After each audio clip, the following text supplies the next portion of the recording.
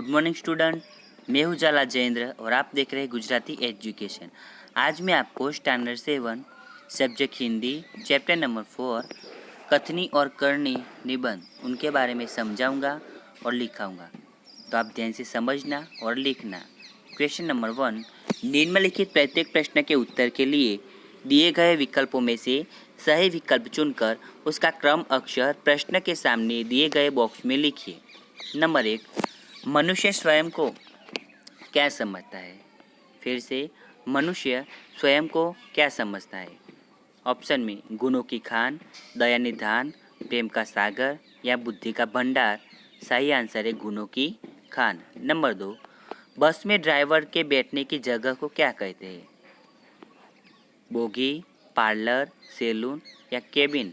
सही आंसर है cabin. Number 3, मकान मालिक कितने महीने का किराया लेने आया था?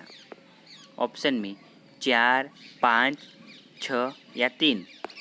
आंसर आएगा 4। क्वेश्चन नंबर 4, बिजली का बिल जमा कराने गए सज्जन का पोता कितने वर्ष का था? ऑप्शन में 5, 8, 6 या 7। सही आंसर है 8 साल का था।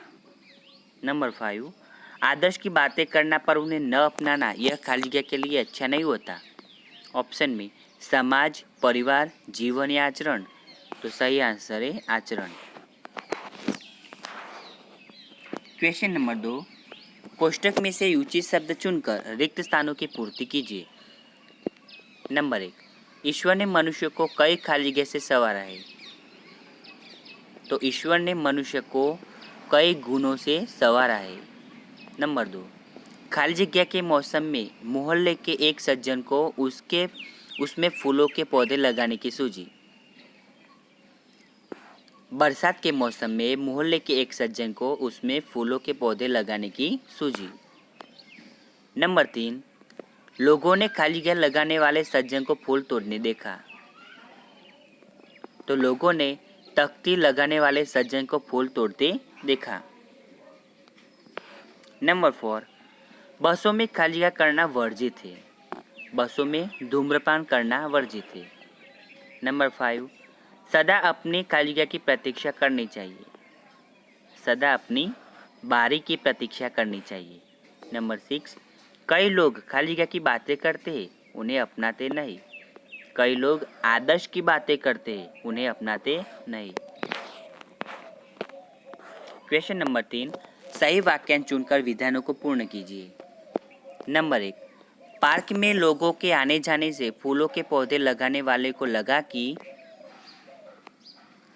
ऑप्शन में लोग इन फूलों को तोड़कर ले जाएंगे, वे लोग इस पर कब्जा कर लेंगे या लोग बाग की हरियाली को नष्ट कर देंगे। सही आंसर है लोग इन फूलों को तोड़कर ले जाएंगे। नंबर 2, एक सज्जन ने अपने पोते को सिखाया था कि। ऑप्शन में अपना काम किसी भी तरीके से करना चाहिए, हमें कोई काम गलत ढंग से नहीं करना चाहिए। आगे, अपना काम खूब सोच समझ कर करना चाहिए। सही आंसर है हमें कोई काम गलत ढंग से नहीं करना चाहिए। नंबर 3, बसों में लिखा होता है। ऑप्शन में शांति बनाए रखे, चढ़ते उतरते समय सावधान रहे या धूम्रपान करना वर्जित है। तो सही आंसर है धूम्रपान करना वर्जित है।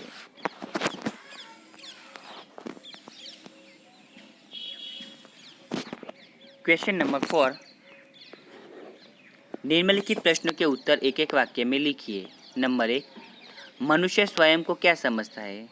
आंसर, मनुष्य स्वयं को गुणों की खान समझता है। नंबर 2, फूल तोड़ने वाले सज्जन ने अपनी शर्म मिटाने के लिए क्या कहा?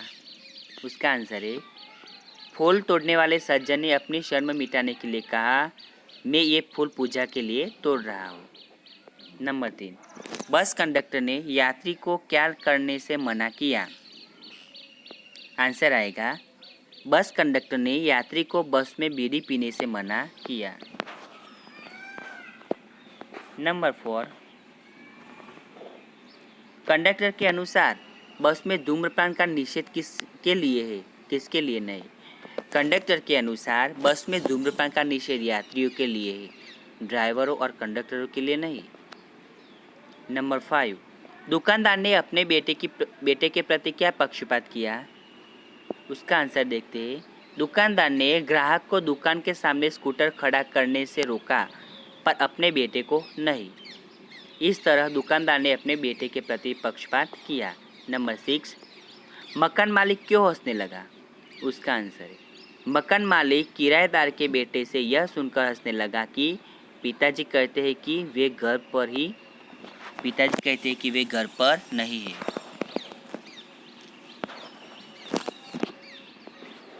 क्वेश्चन नंबर 7, बिल भरने के लिए कतार में न खड़े होने वाले सज्जन ने अपने पोते को क्या सिखाया था? आंसर में, बिल भरने के लिए कतार में न खड़े होने वाले सज्जन ने अपने पोते को सिखाया था कि कोई भी काम कभी गलत ढंग से नहीं करना चाहिए। नंबर 8, जग में सम्मान प्राप्त करने के लिए हमें क्या करना चाहिए? उसका आंसर है, जग में सम्मान प्राप्त करने के लिए हमें जब कथनी और करनी समान होती है तब जग में सम्मान मिलता है। क्वेश्चन नंबर 5, निम्नलिखित प्रश्नों के उत्तर लिखिए। नंबर 1, फूल लगाने वाले सज्जन की कथनी करनी में क्या अंतर था? उसका आंसर, फूल लगाने वाले सज्जन ने पार्क में एक तख्ती टांग दी थी। उस पर लिखा था, फूल तोड़ना मना है। वहाँ से आने जाने वाले लोग तख्ती को पढ़ते, तख्ती पर लिखी गई सूचना के कारण वे फूल नहीं तोड़ते थे। एक दिन सुबह लोगों ने तख्ती लगाने वाले सज्जन को पार्क में फूल तोड़ते हुए देखा। जिस काम को करने से उन्होंने दूसरों को मना किया था उसे वे स्वयं ही कर रहे थे।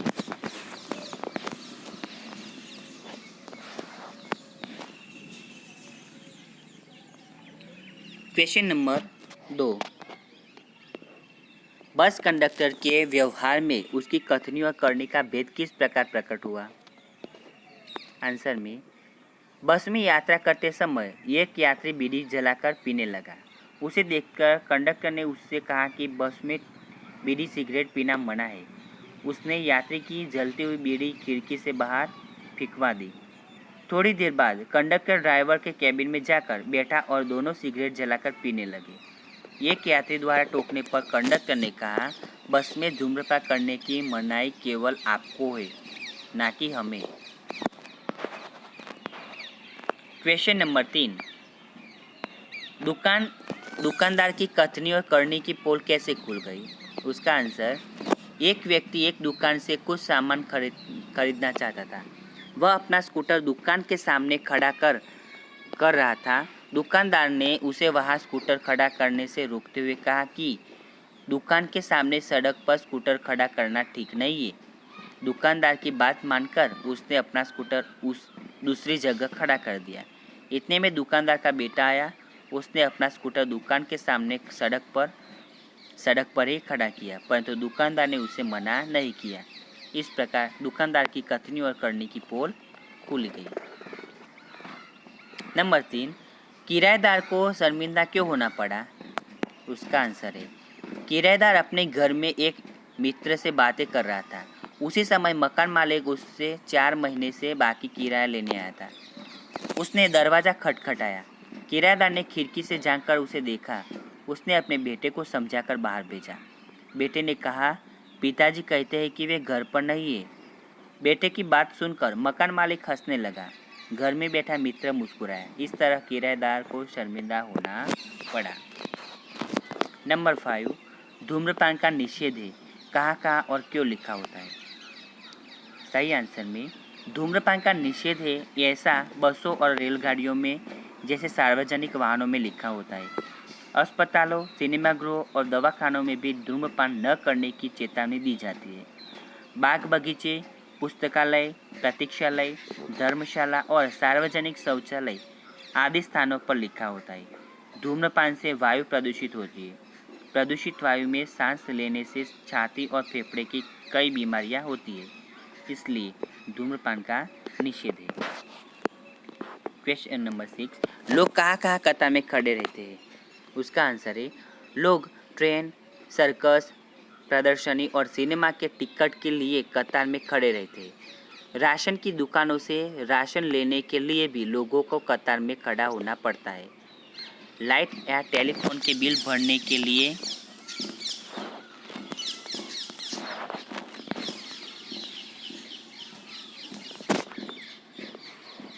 बस में चढ़ने